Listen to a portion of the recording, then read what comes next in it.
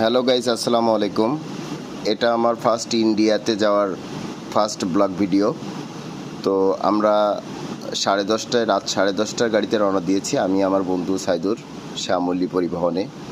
তো মেবি সকাল 7টা ওর 6:30 থেকে 7টার সময় আমরা লাস্ট বাস স্টপেজ যেটা শ্যামলীর, সেখানে এসে পৌঁছাই।